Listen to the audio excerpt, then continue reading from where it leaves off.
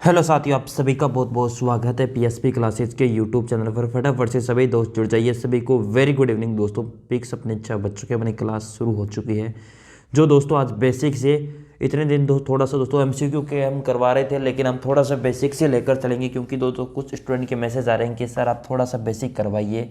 इसलिए एक बार जितना बेसिक जो आपके इंपॉर्टेंट टॉपिक है वो बेसिक से करवाऊंगा। प्रत्येक चीज़ को जो अपने ऑफलाइन के अंदर दोस्तों लिखे हुए नोट्स हैं उनके आधारित पर आपको करवाने वाला हूँ। सारा आपके सामने है।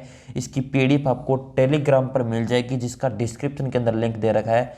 वहाँ से आप प्राप्त कर सकते हो। जैसे अपनी क्लास पूरी होगी इस पैनल की पूरी पीडीएफ मिल जाएगी, जिस प्रकार हम लिख रहे हैं उस प्रकार की। ठीक है, तो राजस्थान भूगोल, इसका सामान्य परिचय, इसका नामकरण किसने किया था, इस चीज़ की सारी चीज़ें करने वाले हैं।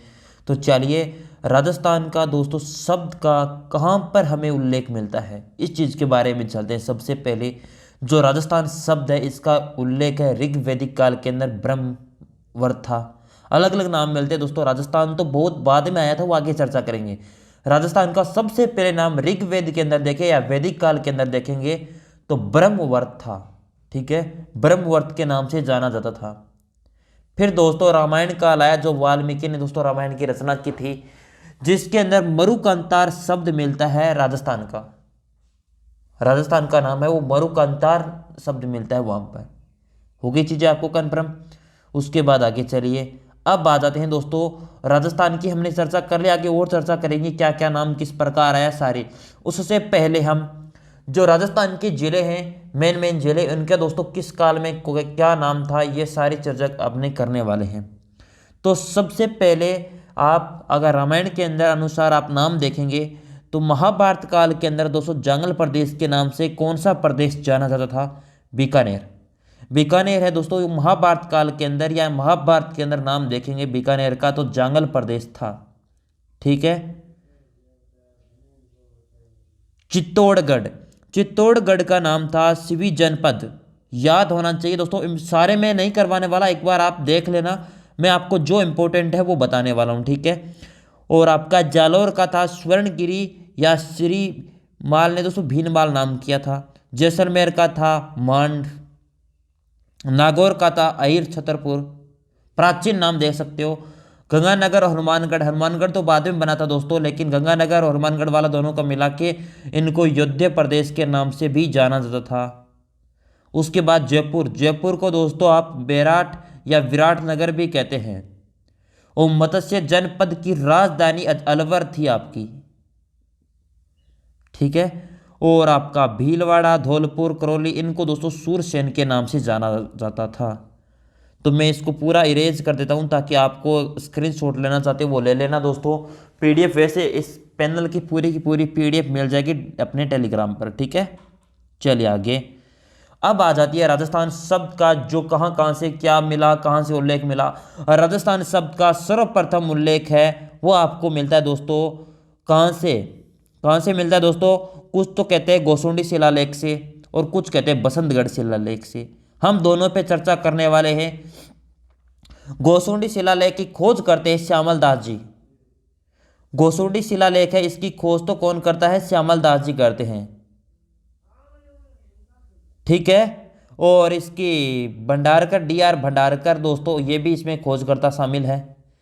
और ये कहाँ पर दोस्तों इसका संग्रहित किया गया? गोसुंडी शिलालेख का उदयपुर संग्रहालय के अंदर है। और ये संस्कृत भाषा की ब्रह्मी लिपि के अंदर इसका नाम किया गया है। और राजस्थानीय शब्द का उल्लेख मिलता है वहां पर, ना कि राजस्थान।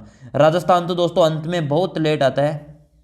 राजस्थान शब्द तो बहुत अंत में आता है दोस्तों, लेकिन 532 ईसा पूर्व के अंदर राजस्थानीय शब्द का उल्लेख मिलता है। ये एक खंडित शिलालेख था। ठीक है, और उसके बाद हम बसंतगढ़ शिलालेख पर चर्चा करेंगे। बसंतगढ़ शिलालेख तो गोसुंडी शिलालेख तो हमें चित्तौड़गढ़ के अंदर मिलता है, और अपना बसंतगढ़ शिलालेख है ये अपने सिरोही के अंदर मिलता है। और इसके अंदर दोस्तों जो नाम है वो राजस्थानी द्वितीय नाम मिलता है, वह 682 ईसा पूर्व। ठीक है ना, इसी के अंदर दोस्तों राजस्थान शब्द का कोई उल्लेख नहीं है। इसके अंदर राजस्थानी द्वितीय नाम से इसका शब्द का उल्लेख मिलता है, जो 682 ईसा पूर्व के आसपास का था। इसके मेवाड़ शासक शिलादित्य ने दोस्तों इसकी खोज करवाई थी। ठीक है, मेवाड़ के शासक थे शिलादित्य, उन्होंने इसकी अपने शिलालेख की खोज करवाते हैं। चलिए, और ये संग्रहित कहाँ पर है? ये हिमल माता का मंदिर है, वहां पर ये संग्रहित किया गया है। ठीक है, तो स्क्रीनशॉट लेना चाहते हो ले लो अगर आप। चलिए नेक्स्ट पे, अब आ जाती है मध्यकाल राजस्थान के विभिन्न क्षेत्रों के नाम दोस्तों। जो मध्यकाल दोस्तों, हम कौन सा काल अभी दोस्तों महाभारत काल के नाम पढ़ रहे थे, या ये महाभारत काल के नाम थे दोस्तों, ये सारे के सारे। उसके बाद हम आ गए दोस्तों राजस्थान अपने मध्यकाल के अंदर। मध्यकाल के अंदर दोस्तों अलग अलग नाम थे दोस्तों, हम सारों पर चर्चा करेंगे। हम सबसे पहले कौन से पर चले? बाड़मेर का नाम था सिवाना, खैराबाद या सिवाना के नाम से जाना जाता था।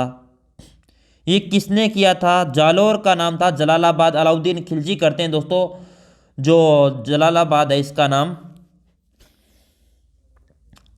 और उदयपुर का था मोहम्मदाबाद या मोमिनाबाद, जो अकबर करते हैं। आप दोस्तों हिस्ट्री के अंदर हम पूरी चर्चा करेंगे किसने किया, क्यों किया दोस्तों, ये क्योंकि ये जियोग्राफी के इंपॉर्टेंट, हम इतना ही पढ़ेंगे कि ये नाम थे प्राचीन दोस्तों। ठीक है, क्योंकि जियोग्राफी एक सब्जेक्ट इस प्रकार का थोड़ा सा बेसिक लेकर चलना पड़ता है। ठीक है,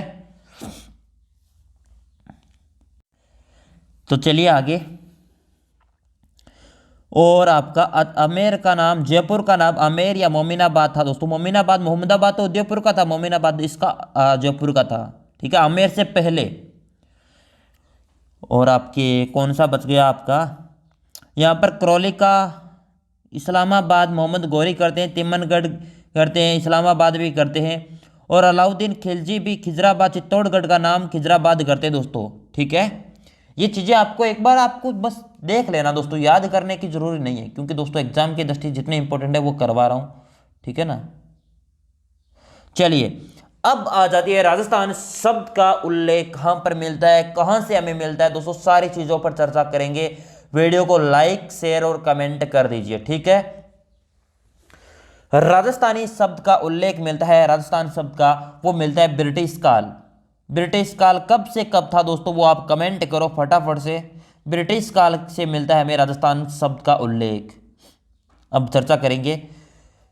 ब्रिटिश काल के अंदर दो शब्द आए थे दोस्तों, एक तो आया था राजपूताना और एक आया था राजस्थान या रायथान या रजवाड़ा। ठीक है ना, ब्रिटिश काल के अंदर एक राजपूताना, राजस्थान, रायथान और रजवाड़ा। तो राजपूताना अब सबसे पहले हम चर्चा करेंगे। तो सबसे पहले हम चर्चा करेंगे राजपूताना शब्द का अपना उल्लेख कहां पर मिलता है, किसने किया, सारी चीजों पर। एक अंग्रेज थे जो थे जॉर्ज थॉमस, उन्होंने दोस्तों 1800 ईस्वी के आसपास राजपूताना शब्द का उल्लेख करते हैं। सर आपका किस बुक के अंदर मिलता है? यह बुक थी अपने विलियम फ्रैंकलिन ने दोस्तों इसकी रचना की थी, जो military memorials of mister George Thomas 1805 के अंदर इन्होंने प्रकाशन करते हैं। कौन? William Franklin. जो पुस्तक तो जॉर्ज थॉमस की थी, लेकिन विलियम फ्रैंकलिन है जो हिंदी के अंदर अपना अनुवाद करते हैं सन 1805 के अंदर। यह चीज आपको समझ में हो गई। इस बुक के अंदर मिलता है कि राजपूताना शब्द का प्रयोग सर्वप्रथम राजस्थान के लिए या अपना रायथान, तो दोस्तों उन्होंने किया था अपना कर्नल जेम्स टोड ने, और राजपूताना शब्द का प्रयोग किया था सर्वप्रथम, वो किया था जॉर्ज थॉमस। कब किया था? 1800 ईस्वी के अंदर। कौन सी बुक थी जिसके अंदर इसका अपना उल्लेख मिलता है? वो थी military memorials of mister George Thomas. कब प्रकाशन हुआ? 1805 के अंदर। किसने प्रकाशन किया? William Franklin. हो गई आपकी चीजें कंफर्म, सारी चीजें आपको कंफर्म हो जानी चाहिए। ठीक है, अब आ जाती है राजस्थान शब्द या रायथान या रजवाड़ा शब्द का दोस्तों हमें उल्लेख कहां पर मिलता है। तो सबसे पहले रायथान शब्द का उल्लेख है दोस्तों, और रजवाड़ा और राजस्थान ये शब्द का उल्लेख करते हैं कर्नल जेम्स टोड। ये दोस्तों पश्चिमी राजस्थान जो अपना है ना, पश्चिमी राजस्थान जो अपनी वर्तमान में दोस्तों मरुस्थल के नाम से जाना, मरुस्थल वाला क्षेत्र है, उसको पश्चिमी राजस्थान के पॉलिटिकल एजेंट थे।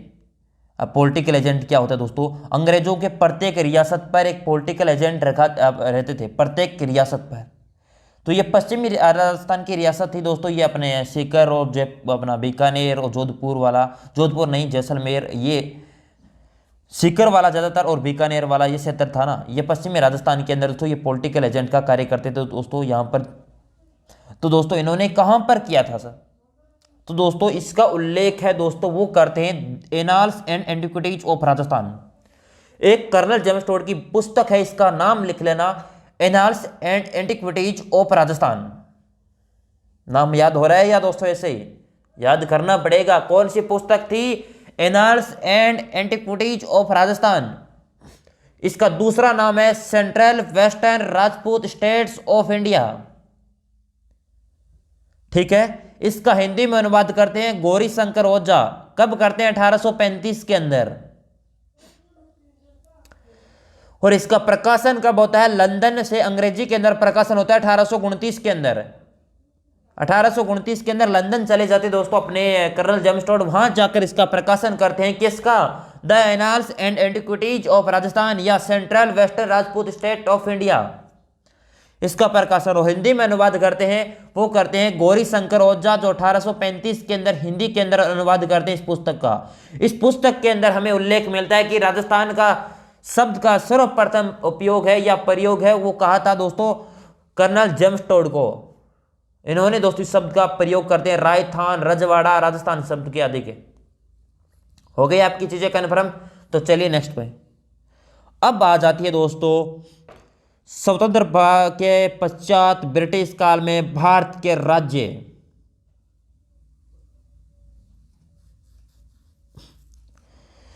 स्वतंत्र भारत हो चुका है, तब दोस्तों ब्रिटिश काल के अंदर भारत के राज्य किस प्रकार थे, किस किस श्रेणी के अनुसार आते थे, उस पर चर्चा करेंगे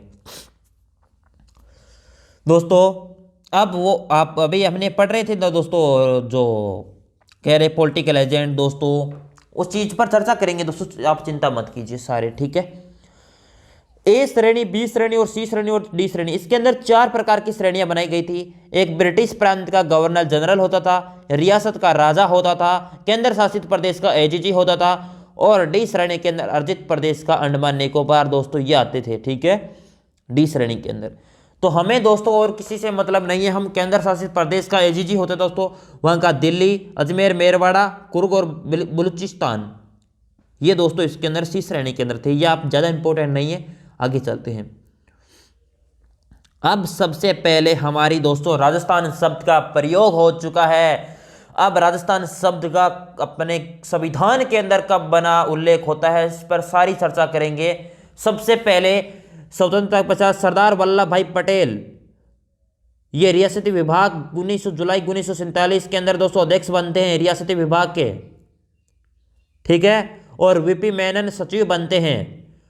18 मार्च 1948 को प्रथम चरण मत्स्य संघ के नाम से शुरुआत होती है। राजस्थान का प्रथम चरण कब से शुरुआत होता है?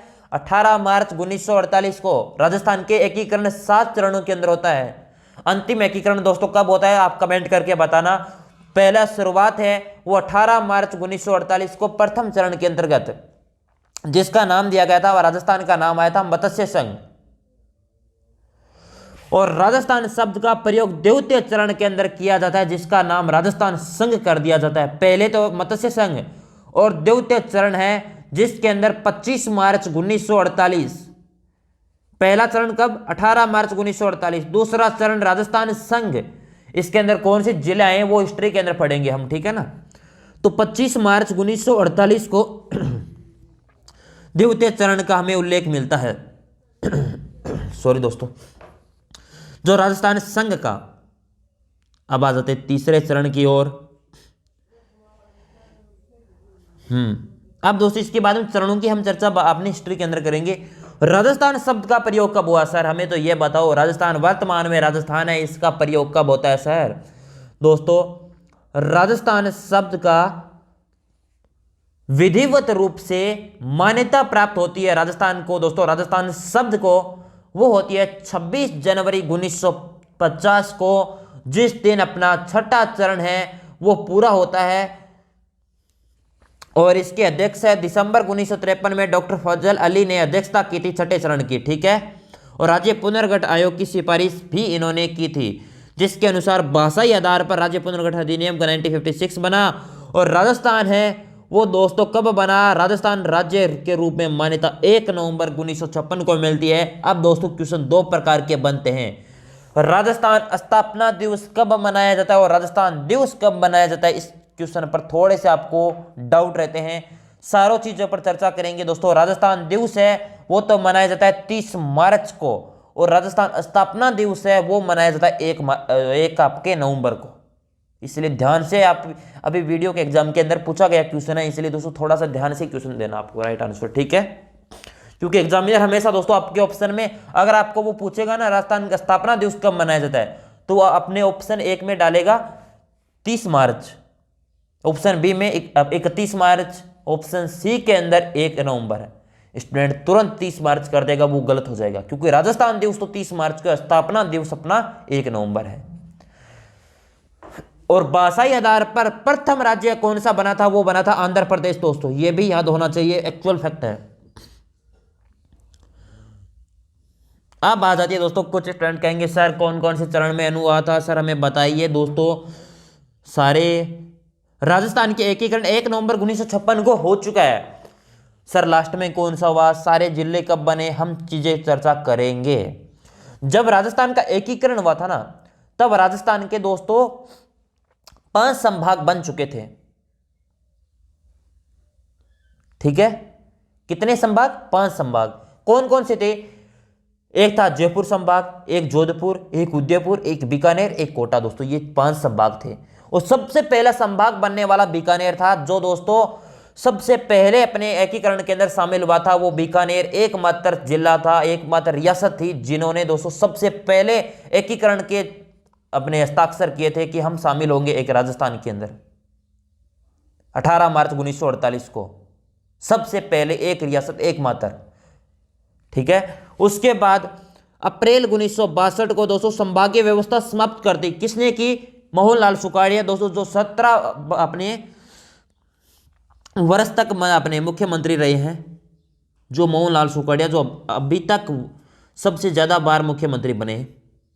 इन्होंने दोस्तों संभागीय व्यवस्था सन अपने अप्रैल 1962 को समाप्त कर दी थी, लेकिन वापिस दोस्तों 26 जनवरी 1987 को हरिदेव जोशी बने थे मुख्यमंत्री, जिन्होंने संभागीय व्यवस्था को पुनः शुरू किया। और उसी टाइम दोस्तों अजमेर 6ठा संभाग बना दिया गया हरिदेव जोशी के दरबारा ही। और 7वां संभाग 4 जून 2005 को बनता है भरतपुर संभाग, जिसके टाइम 4 जून 2005 के अंदर मुख्यमंत्री थे राजस्थान के वसुंधरा राजे, ठीक है। एक बार फिर से रिपीट कर रहा हूं, 26 जनवरी 1987 को दोस्तों 6ठा संभाग बनता है अजमेर संभाग। यहां पर देखिए उस टाइम अपने मुख्यमंत्री थे हरिदेव जोशी। हो गया आपका क्लियर। और 7वां संभाग वर्तमान के अंदर 7 संभाग है, जयपुर, जोधपुर, उदयपुर, बीकानेर, कोटा और भरतपुर, अजमेर, ठीक है। 7वां संभाग है वो बनता है आपका भरतपुर। 4 जून 2005 को वसुंधरा राजे अपने मुख्यमंत्री थे इस टाइम। चलिए जल्दी से स्क्रीनशॉट ले सकते हो, बहुत बढ़िया फैक्ट है आज क्लास के अंदर, ठीक है। इसीलिए मैंने बोला था कि आपको बेसिक से पूरा चीज आपको क्लियर करवा जाए, क्योंकि दोस्तों हमने 60 दिन का कोर्स स्टार्ट किया है। इसका मतलब ऐसा नहीं है कि केवल फटाफट से कोर्स करवा दिया, ऐसा मतलब नहीं है, क्योंकि आपको चीजें याद भी रहनी चाहिए। आपको एग्जाम के अंदर फैक्ट है वो आपको डायरेक्ट यहीं से मिलेंगे। इस स्लाइड को याद कर लेना बस, इससे बाहर नहीं। हम ज्यादा भी नहीं पढ़ेंगे और कम भी नहीं पढ़ेंगे। चलिए आगे चलते हैं। सर हमें संभाग बताइए, संभाग के अंदर कौन कौन से जिले आते हैं सर, इस पे बारे में बताइए दोस्तों। चलिए हम चर्चा करेंगे, आप क्यों घबराते हो। संभाग कौन कौन से मैंने आपको बताया था। सबसे पहला बीकानेर संभाग, ऊपर चलेंगे, फिर जोधपुर, उदयपुर, 4 नंबर कोटा, 5 नंबर भरतपुर और 6ठा जयपुर। और एक कौन सा बच गया दोस्तों, एक कौन सा बच गया आपका, 1 मिनट, अजमेर संभाग कहाँ पे रह गया, यहाँ पे क्लिक नहीं किया गया।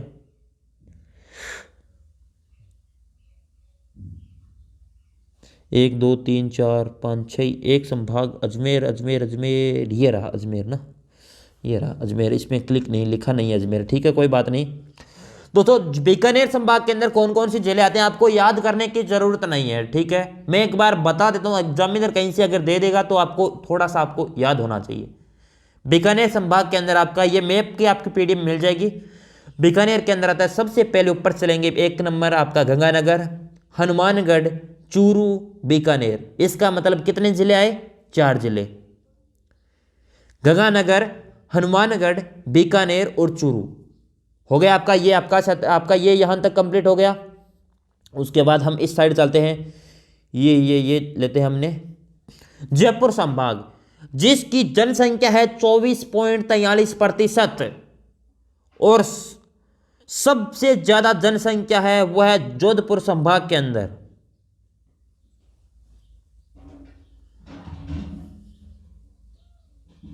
नहीं, जयपुर संभाग के अंदर जनसंख्या में सबसे बड़ा है वह है जयपुर संभाग। ठीक है, जोधपुर सबसे बड़ा क्षेत्रफल में बड़ा है। इसके अंदर आते हैं झुंझुनू, सीकर, अलवर, दौसा और जोधपुर अपना जयपुर। कितने जिले? 5 जिले, झुंझुनू, सीकर, जयपुर, दौसा, अलवर, ये जयपुर संभाग के अंदर जिले आते हैं। अब आते हैं हम धौलपुर की ओर, जिसके अंदर कौन कौन से जिले आते हैं आप कमेंट करके बताओ थोड़ा सा स्पीड के साथ। जिसका क्षेत्रफल है 5.16%। इसके अंदर आता है एक तो भरतपुर, 2 नंबर धौलपुर, करौली, सवाई माधोपुर, यानी 4 जिले आते हैं, भरतपुर, धौलपुर, करौली और सवाई माधोपुर। उसके बाद आते हैं कोटा की तरफ। कोटा संभाग के अंदर 8.31% जनसंख्या, सबसे कम जनसंख्या निवास करती है कोटा के अंदर। है क्या? नहीं दोस्तों, कोटा थोड़ी है। 8.31 जनसंख्या याद करो दोस्तों, सबसे कम, ज्यादा हम जनसंख्या टॉपिक के अंदर कर लेंगे। उसके अंदर बूंदी, कोटा, झालावाड़ और आपका 12, ये अपने 4 जिले आते हैं इसके अंदर। उसके बाद चलते हैं उदयपुर संभाग के अंदर। उदयपुर संभाग के अंदर राजसमंद, चित्तौड़गढ़, उदयपुर, प्रतापगढ़, बांसवाड़ा और आपका डूंगरपुर, ये आ गया है इसके अंदर उदयपुर संभाग के अंदर। ठीक है, उसके बाद चलेंगे आगे जोधपुर संभाग की ओर। जोधपुर संभाग के अंदर आपका यहां पर मैंने 12 बताया दोस्तों, अगर बांसवाड़ा के नोट कर ले तो यहां पर 12 है। ठीक है ना, मैंने अगर आपको किसी ने। उसके बाद जोधपुर संभाग के अंदर अपने जैसलमेर, जोधपुर, बाड़मेर अपना और सीकर और आपका सीकर नहीं दोस्तों,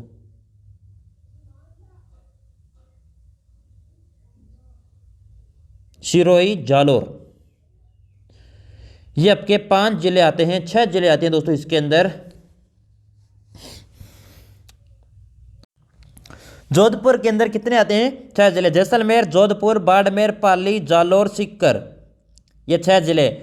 और सबसे ज्यादा क्षेत्रफल में बड़ा है, 34.40% क्षेत्रफल है इसका। और अंत में बचा है आपका अलवर संभाग है, सॉरी अजमेर, अलवर था ही नहीं, अलवर अजमेर संभाग, जिसके अंदर अजमेर, टोंक, भीलवाड़ा, नागौर बनता है। ये आपके संभाग की व्यवस्था आपकी पूरी होती है दोस्तों। नेक्स्ट अपने ये चीजें हैं, संभाग की व्यवस्था इतनी थी दोस्तों। राजस्थान के सामान्य परिचय से हमने शुरुआत की थी और संभाग की व्यवस्था तक पहुंच चुके हैं।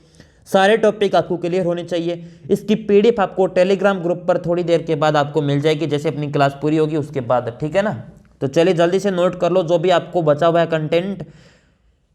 ठीक है, थैंक यू।